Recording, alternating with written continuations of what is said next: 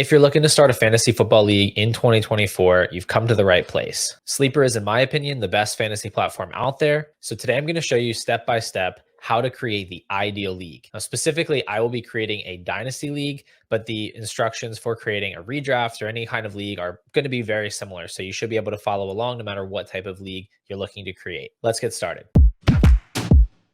What? Why are you shaking your head? You're welcome.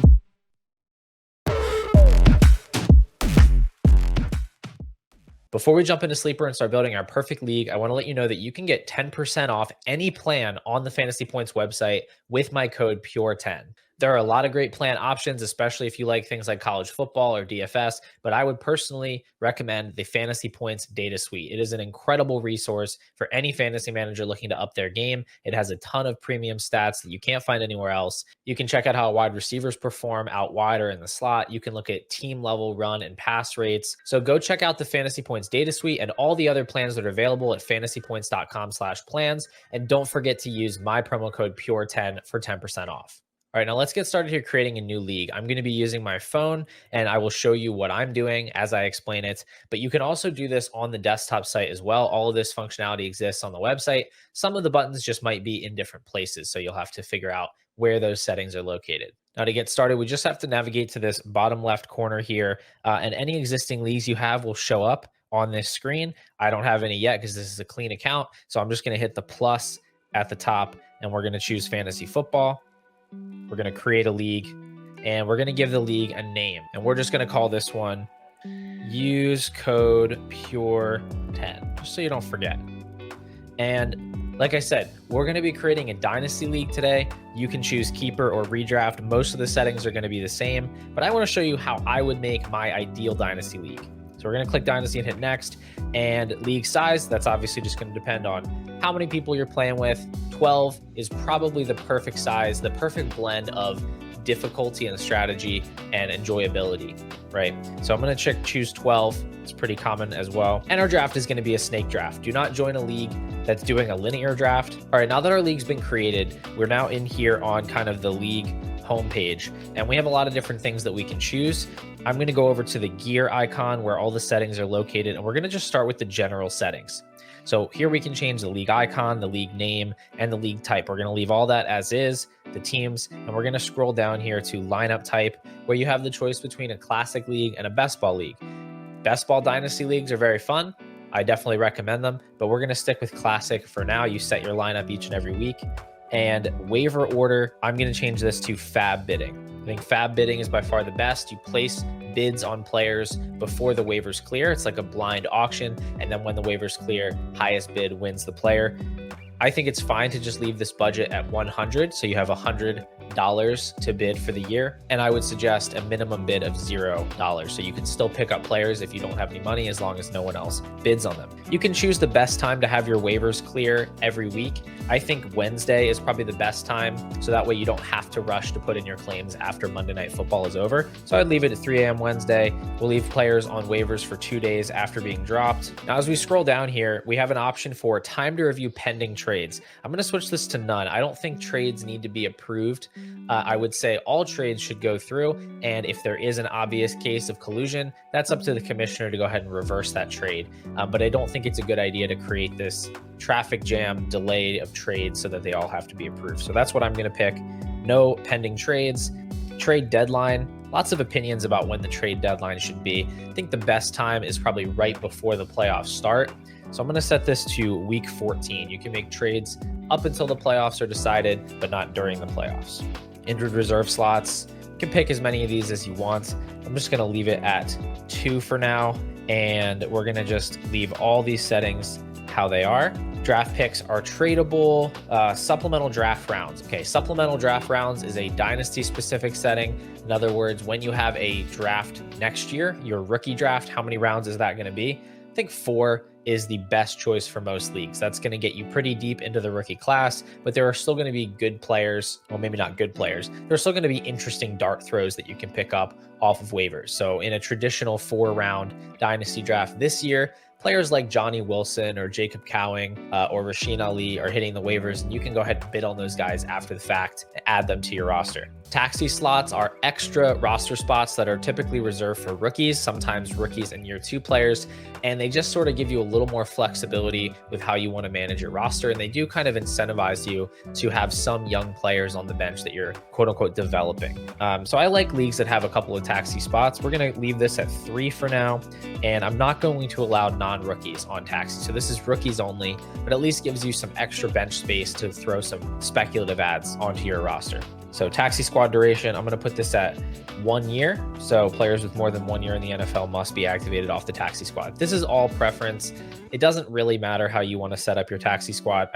I've never seen a league that allows 4 years of taxi squad, but again, just modify that based on your league. And taxi squad deadline can go ahead and be start of the regular season. So once the regular season starts, you can't go and add players to your taxi squad. We're going to leave the rest of this as is, and we're just going to hit save. Okay, next we're going to take a look at the roster settings. So we're going to have to set what we want the starting lineup to be and how many bench spots we want to have. Now we're going to make this a super flex dynasty because in my opinion, that's the only correct way to play dynasty. So I'm going to scroll down here and add one super flex spot. So it's a flex spot. We can play a quarterback. And then I just want to set this up as a start 10 league. So we have 12 teams and every team will start 10 players. We've got 1 quarterback, 2 running backs. We're going to do 3 wide receivers, 1 tight end, 2 flex, and 1 super flex. That's going to give us 1, 2, 3, 4, 5, 6, 7, 8, 9, 10.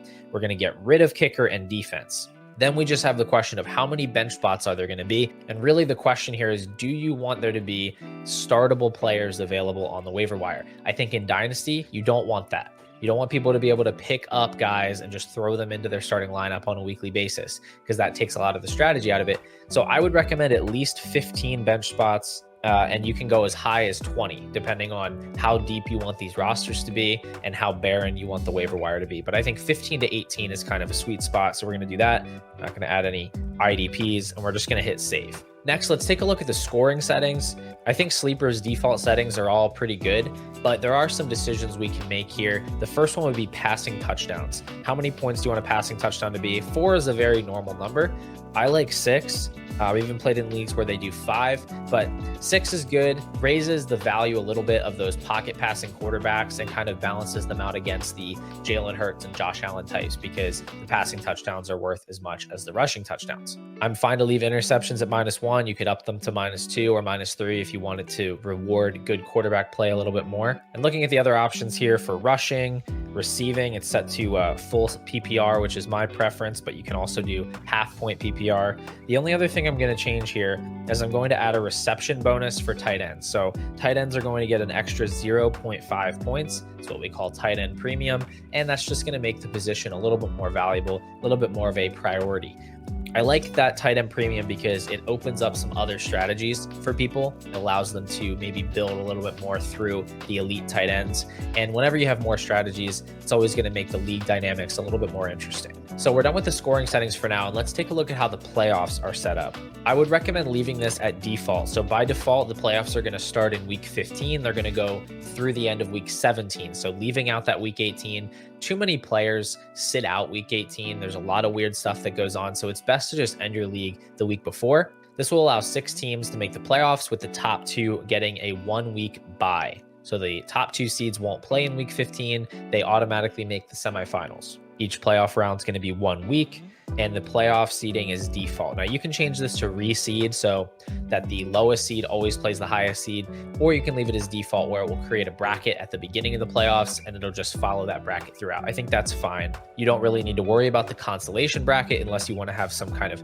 consolation prizes available. All right, next we want to set up our draft settings. So we're going to go over to draft, and we're going to take a look here. You don't need to set your draft start time yet. Obviously, you got to go ahead and fill up your league first. But we want to make sure this is still set to snake, and I'm going to turn on 3rd round reversal. I think this is a setting that's often misunderstood. The way 3rd round reversal works is the first 2 rounds work as a normal snake draft, so it goes over and back, and the 101 will also have the 212. But what would happen in a normal snake draft is that 101 pick would also get the 301. and then it would go around and then get the 412. Third round reversal literally reverses the draft order starting in round 3. So instead of the 101 drafter getting the 301, it would go to 212, and then they would actually pick again at 312, 401, 512. That would also mean that the drafter on the other side of the board at the 112, they would have the 12th pick, and then they would have the 201, the 301, and the 412. So third round reversal gives the drafters at the end of the board a little advantage by giving them the early third round picks instead of the late third round picks. And the purpose of this is to balance out the advantage that those early first round teams get in drafting the Mahomes and Allen and Strouds of the world. I think third round reversal is definitely the fairest way to do it. And I personally only join leagues that do third round reversal startup drafts. We're going to make sure all players are available to draft, not just rookies or veterans. And we're going to set the time per pick to 8 hours. I think that's just the most fair and balanced way to do a startup draft. When you do a startup draft fast, first of all, it's really hard to get everybody to sit down for that long, but also you lose the trading, which is one of the more fun parts of a startup. So we're going to set it to 8 hours, and you can even set up an auto pause. So for example, 10 p.m. to 10 a.m., or I could change this to 8 a.m. so that overnight it's not going to run out on somebody's pick.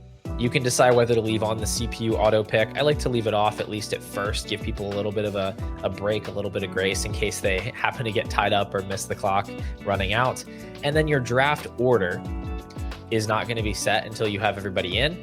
Once you have everybody loaded up here, you can hit randomize to set that draft order automatically through Sleeper, or you can use some outside randomizer or even some kind of a game to decide your draft order. Now, if you're a real sicko, you can actually sort players alphabetically instead of sorting by Sleeper's ADP. I have never tried this, but kind of sounds fun.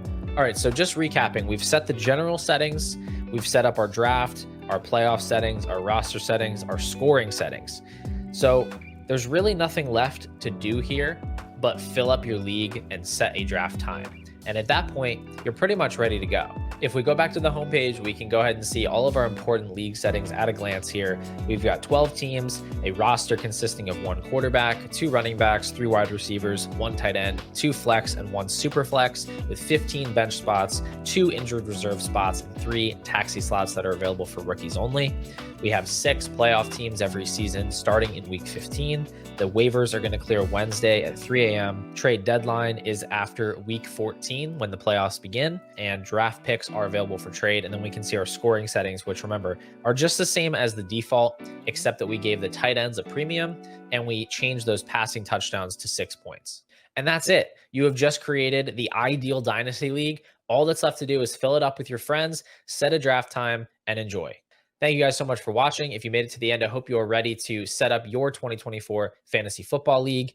Make sure you subscribe to the Fantasy Points YouTube channel so that you don't miss any updates, any news, any strategy videos that we'll be bringing you throughout the summer and into the season as well. And this is your last reminder to go over to fantasypoints.com/plans and pick out the best plan for you using my promo code PURE10. That's going to do it for today's video, and I'll see you guys next time.